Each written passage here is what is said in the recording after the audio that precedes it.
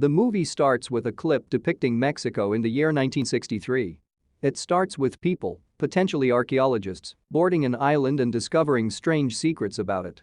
Then, the movie transitions to a living room with a woman, named Simona, on the couch talking on the phone, when suddenly the door handle starts to unlock and the TV starts losing its signals. Simona looks beside the TV, and there are footprints marked on the floor. Suddenly, the lights go out. Simona gets up from the couch after hearing distant thuds and rumbling around the corner. She sees a stone box moving on its own and calls out to see if anyone is there. Out of nowhere, a ghost-like creature grabs her from behind and smothers her. The moment she is dead, the lights of the whole building she is living in turn back on. Up next, the movie shows some immigrants being moved from Mexico to Cleveland. It features the main character of the story, Amber, who immigrates too after her mother had passed away. She finds herself a stitching job to save herself some money. One day she finds an advertisement pinned to the notice board about cheap rental rooms where she is working. She sets off to find the buildings to get one of the rooms on rent. She reaches that building and finds that it is a boarding house. It seems like the one in which Simona had died. The house is run by Red, who shows her around the premises. Amber asks Red about the number of people that live here, to which Red replies that she will be the second resident after Freya. Red shows her room 204, which looks old and has an uneven bed. Red asks Amber where she is from. As she had moved in and don't know much about Cleveland, she says that she is from the south and not so far away. Further, he asks Amber if she has a job and Amber says she does, after which Red asks for an advance rent of 1 month for Amber. She hands over the money. Red says that the keys are in the drawers and that if Amber needs anything she can call him up directly from the top floor of the same boarding house where he lives. Amber settles in. One night it rains. Amber is listening to her voicemails. She suddenly hears someone crying. She looks down and sees Freya crying. She then scrolls across the photos of herself with her mother and has a flashback where her mother asks her to stay a little longer. She leaves the house and suddenly the lights start to misbehave. She then bumps into Freya and tells her that Red told Amber about her. One day after work, she meets Kinsey during break time and she says that it will cost her $3,000 for her ID, to which Amber refuses and says that she had promised her that it will be $1,000. Amber tells Kinsey that it has to be Texas as the birthplace for ID and not Ohio. They both leave and discuss that they will figure something out. The next scene shows Amber in a taxi, which is taking her to her deceased mother's cousin's house, where she is invited for dinner. His name is Beto. She meets Carlos, who is the son of her mother's cousin. Beto tells Amber that he has a job interview ready for her on coming Friday, but for that, she has to bring her ID. Beto's wife asks Amber why she didn't go to college. Amber replies that she had to stay with her mother to look after her, which is why she had to skip college. She also tells that she would be joining night school to study business management. Amber returns to the boarding house after dinner. She hears strange sounds happening around the house. She sees scratch marks outside the room that is locked. Red abruptly appears and asks Amber if she had lost something. Amber requests Red to give her the advance rent money back excluding the rent from the current night and the night before. But Red refuses and says that the money had already been spent on refurbishments. Amber comes back to her room. She hears Freya crying, so she goes to room 104 to check, but Freya is not there. The same eerie creature stands at the back of the room as Amber leaves. Amber has a nightmare where she is laying down beside her mother in the hospital and her mother notices a stone box in the corner of the room she is admitted. Amber sees the box and the ghostly hands coming out of the box. It scares her and she is woken up. The next day, Amber walks up to her boss, Rills, for an advance income to pay for the ID. At first, Rills refuses but subsequently agrees when Amber insists on a condition that she will prove to be more efficient in terms of her work. In the next scene, she is packing clothes in boxes and she feels the hands of her deceased mother on her shoulders. It scares her and she freaks out. Kinsey and Amber meet at a bar. Kinsey asks Amber why she needs ID on an urgent basis before Friday. Amber replies that she has a job interview that requires an ID before proceeding further. Amber said that she had lied, that she had lived in Texas because her mother had lived there too and now she is stuck in a complex situation. Kinsey tenders her some money so that she can get her ID made soon and tells Amber that she can return this money once she starts earning from the new job. Amber gives Kinsey the money she has to Kinsey and leaves the bar. As she walks back home, a trail is created behind her, where all the lights start shutting down one by one, and then the ghost of her mother is standing right there as she leaves. Amber comes back to the boarding house and notices that a man is banging his head against a door. She gets back to her room and hears the same man chanting outside. He slaps on the door and turns the light off. Amber comes downstairs and hears another room being treated in the same manner. So, she comes to the kitchen having no clue. Here, she meets Petra and Maria. Petra offers Amber a cigarette. Soon as she lights up the cigarette, Red comes in and asks Petra and Maria if they are ready to go up. Both of them leave. Amber asks about the man who is doing all the banging. She then gets to know that he is Red's brother, Becker, who is sick. As she is pouring down water for herself, she hears the sound of music and the creaking sound of the building. She comes across a room that is full of artifacts that are very strange looking. Some of them even showed ritual sacrifice. She also stumbles across a tape, in the English language, that talk about ritual sacrifices as well. She suddenly notices a photo that was taken in Tenochtitlan, in Mexico, depicting the same stone box that she saw in her nightmare.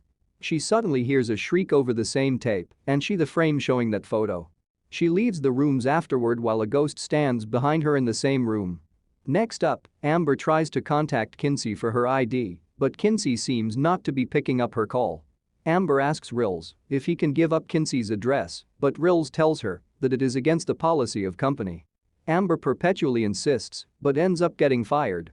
Amber tries to call Kinsey once again, but it is futile as she doesn't pick up. She comes back to the boarding house and takes a shower. While she is taking a shower, abnormal voices start coming from the drain of the tub she is standing in. She feels like Freya is crying for her help. She looks beside her through the transparent curtains and suspects that Freya is approaching her. But it isn't her. She gets frightened and leaves the room in a hurry. She bumps into Red and asks where is Freya, to which Red replies that she had left a few days ago. Red also tells that with Petra and Maria in the building, it is easy for him to manage the expenses, so Amber can have her deposit back tomorrow. Amber goes back to her room, where she is listening to the old voicemails of her and her deceased mother. She is disturbed by a moth near her shelf. She kills the moth, but the moth manages to get back up and fly away. As her eyes are tracing the moth's movement, the ghostly figure of her mother summons before her, and she gets scared. This wakes her up and it's nothing but a dream. Then, she starts hearing a distant crying voice. She gets up to check out of curiosity. She sees approaching footsteps printed on the floor, and as they come near her, the crying sound increases in volume. The faded voice cries for help and tells another apparition present in the room, named Mary, to leave her. Mary tells the woman that she must prepare her, otherwise, Arthur will kill her. Both the apparitions fight in the room, which creates a lot of distortions and frightens Amber. Amber gets out of the room and comes downstairs. The crying continues. Now, the apparition is visible to Amber. She cries for help again and gets dragged all of a sudden. These supernatural visions disturb Amber and Amber calls Beto for help, but he refuses as he is out of town for Carlos's admission to a college. Amber starts finding a new place to stay, but they all refuse, either for the reason of no vacancy or insufficiency of money. The continuity of the disturbance by such visions doesn't stop. She wakes up in a cafe and meets Red there for her refund for the deposit. He says that he had a skirmish with his brother Becker about the refund. He also tells her that his brother is sick, but he took care of him whilst his father was away. Which satisfies the weird behavior of his brother around the house. Red tells Amber that now he takes care of Becker.